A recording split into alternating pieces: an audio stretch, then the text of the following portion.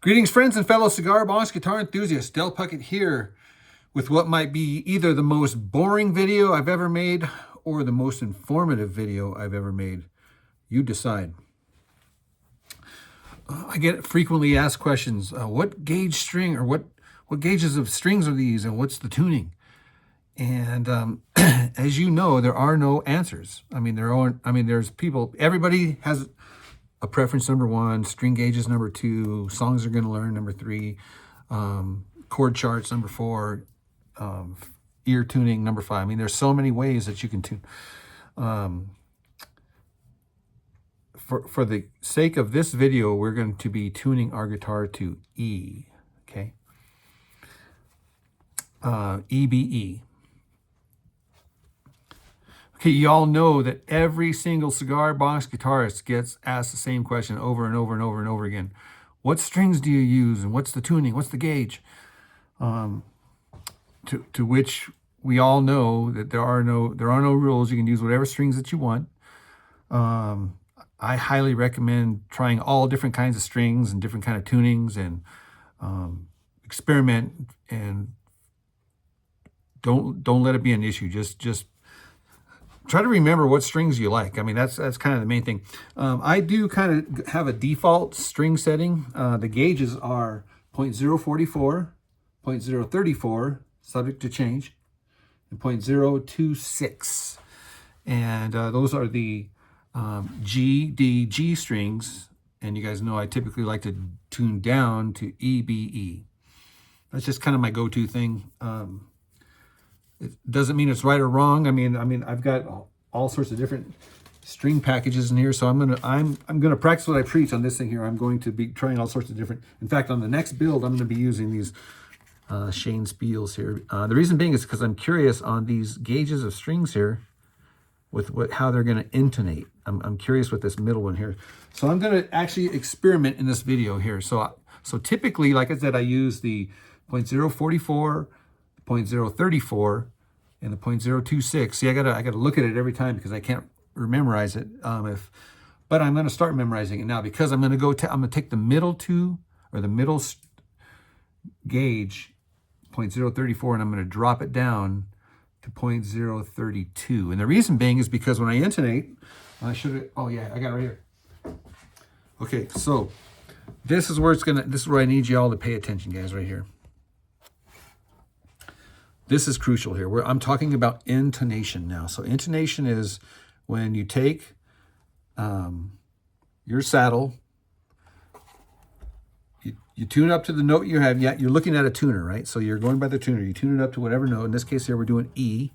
So I tune it up to E, hit the note, tune this guy to get it right. You guys know how to tune, right? You get it tuned up to E. And then you hit the harmonic here, or the note here at the 12th fret. It has to be the same exact note. Okay, well, we can do that all day long, right? I can adjust this and I can get that perfect. And then what you do is then of course you're going to get the high string.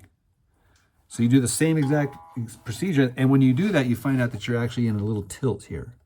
Okay, this is typical because the string thicknesses go from thick to medium to thinner. So the thinner they are, the more this way it is. Okay, that's just a fact of physics.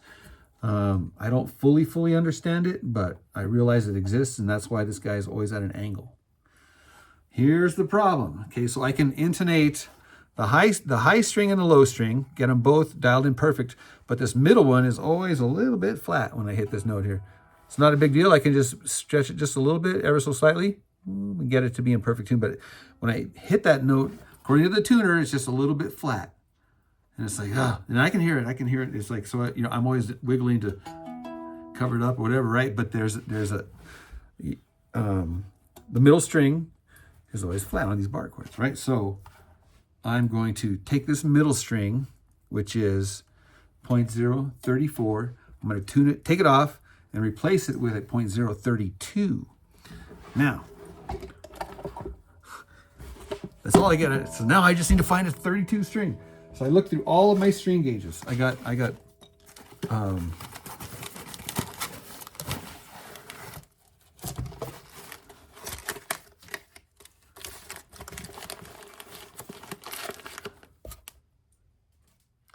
So now the problem is, where do I find a .032 thick guitar string?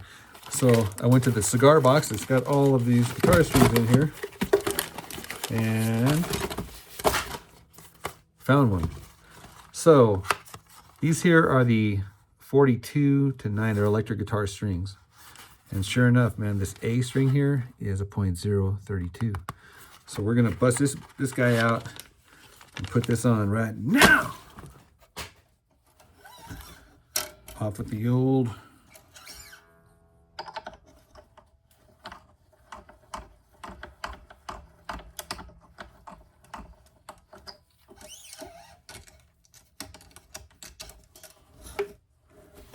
It's always good to change strings anyway, right? Get that fresh, new, crispy sound.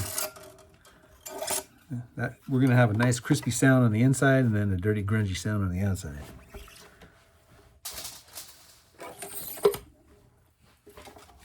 Let's get this pop rivet in the back.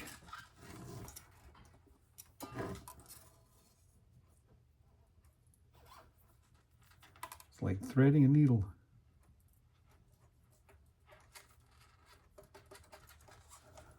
And of course, it always hits on the inside, right? You gotta go. There you go. You just gotta get mad.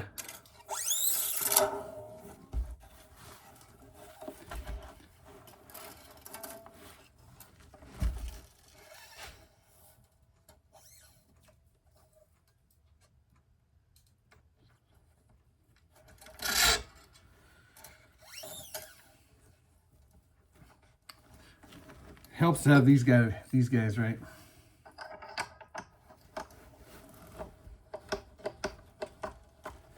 I always push down. I pull up with this finger here, push down with my index finger to kind of keep the tension on the string, and then I just wrap down so that each new wrap goes under. That way I get the downward pressure. You can feel it. This finger here starts getting pinched. You're like, ow, let me out.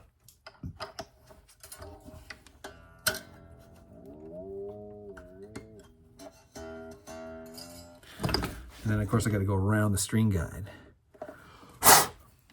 All right, so I have the 32 on now, and I have to say I'm disappointed.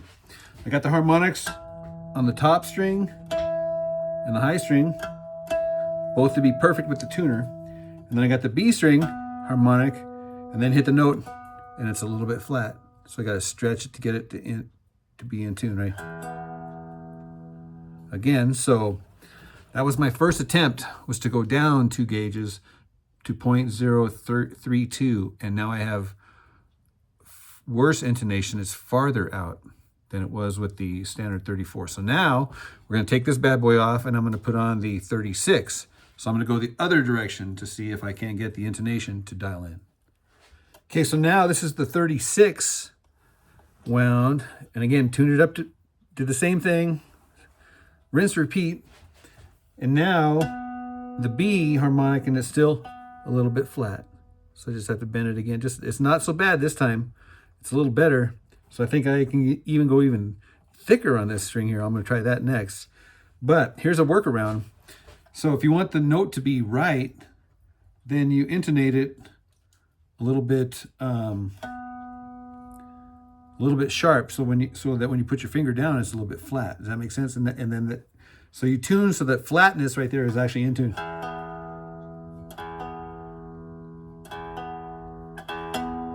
So the note itself is a tiny bit sharp, but when you fret it, it's perfect.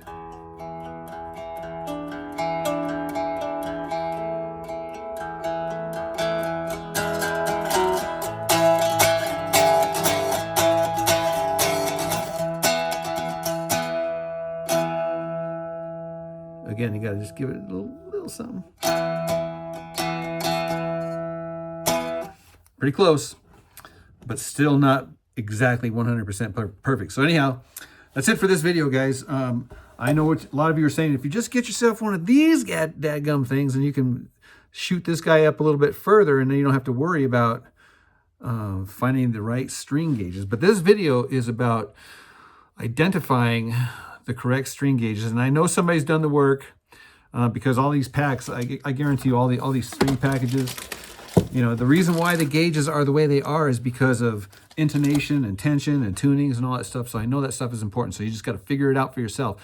In the meantime, break strings, have fun, bend, put on as many different kind of strings as you want. Mix and match. One thing I want to do is mix a steel string with a acoustic string with a nylon string. I think if you put all three of those on one guitar, I think you'd have an awesome, awesome, awesome sounding, especially if it's intonated. All right, guys, that's it for this video. Cheers and God bless. We'll see you in the next video.